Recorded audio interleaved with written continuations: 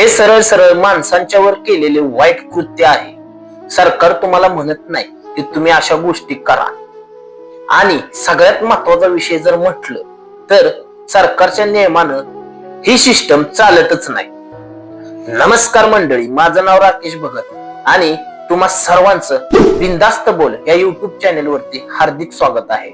मंडळी, आजचा विषय खूप गंभीर आहे।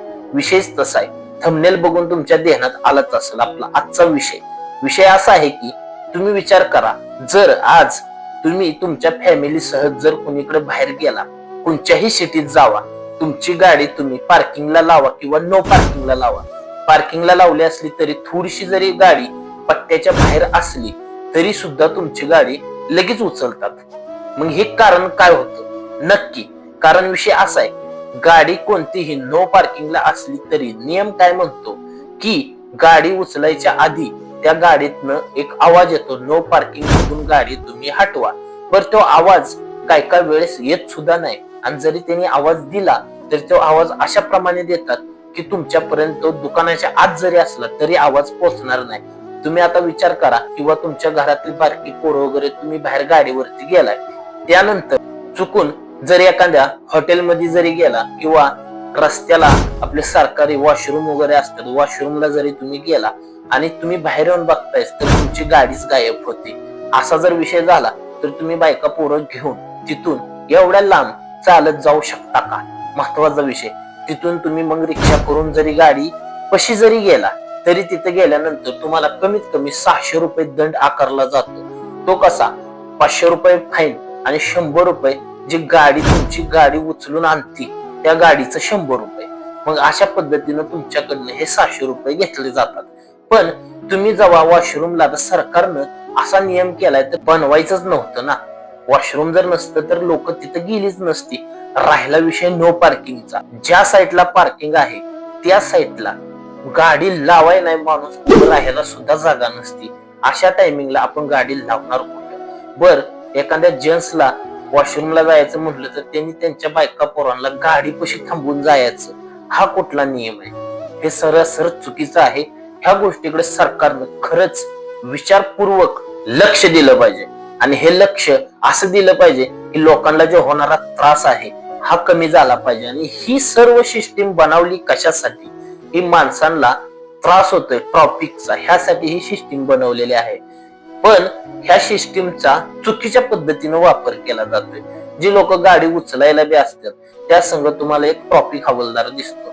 ट्रॅफिक हवालदार गाडीत बसलेलाच असतो, तो खाली कधीच उतरत नाही। बरं, तो ट्रॅफिक हवालदार गाडीत बसून सुद्धा माईक वर पुकरायचं त्यांचं काम असतं।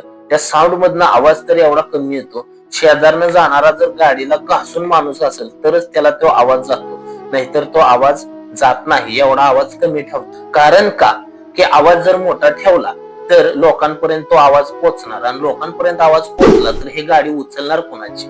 ह्यांची कमाई कशी होणार? आणि ह्यात सुद्धा लय मोठं प्रॉफिट आणि स्कॅम चालू आहे। जी लोक गाडी उचलाय असतात ते कंपनी थ्रू कॉन्ट्रॅक्ट बेसवर लोक असतात। त्या लोकांना काही घेणं देणं नसतं, माणसांच्या विषयी तर काहीच नसतं। गाडी दिसली की उचल, दिसली की उचल।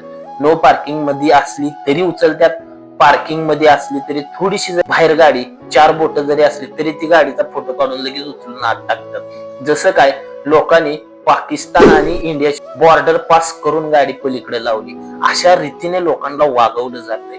ही कुठेतरी थांबलं पाहिजे, आणि ह्या सगळ्या चुकीच्या गोष्टी आहेत त्यांना सुद्धा कळलं पाहिजे की ते सुद्धा एक माणूस आहेत। माणसानं आत्ताच करायचे आणि आत्ताच हितच फेडायचे अशा गोष्टी आहेत। मंडळी, खरंच ह्या लय चुकीच्या गोष्टी आहेत।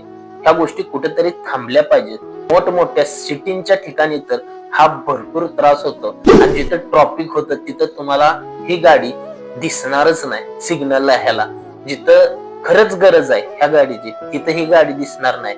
पण जिथं गरज नाही, हॉस्पिटल म्हणा, वॉशरूम म्हणा, परत हॉटेल, अशा ठिकाणी गाडी ही तुम्हाला दिसणार। पण हॉटेल लाईनचा पण विषय तुम्हाला सांगतो, हॉटेलवाले काय करतात, गपचुपीत गाडीवाल्यांना XYZ देऊन ती गाडी तिथं त्यांच्या लावायच्या, त्या उचलू नका असं सुद्धा सांगितलं जातं। असा कार्यक्रम केल्यानंतर तिथल्या गाड्या तेवढ्या सोडून पुढच्या गाड्या उचलतात।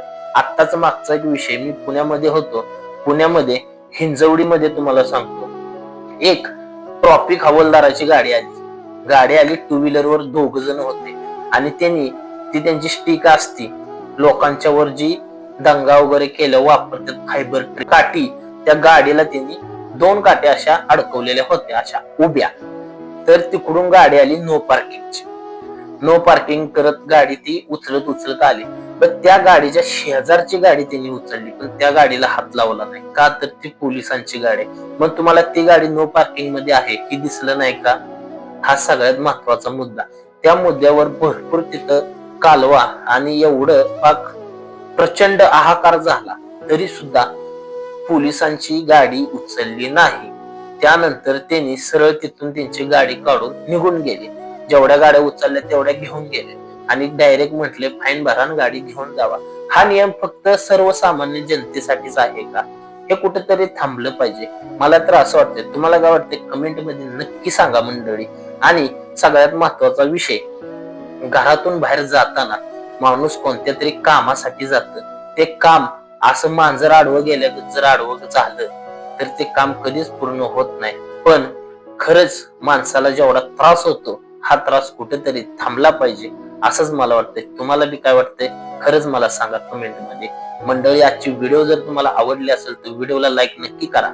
आपल्या चॅनेल वरती नवीन असाल तर चॅनेलला सबस्क्राईब करायला मात्र विसरू नका. धन्यवाद.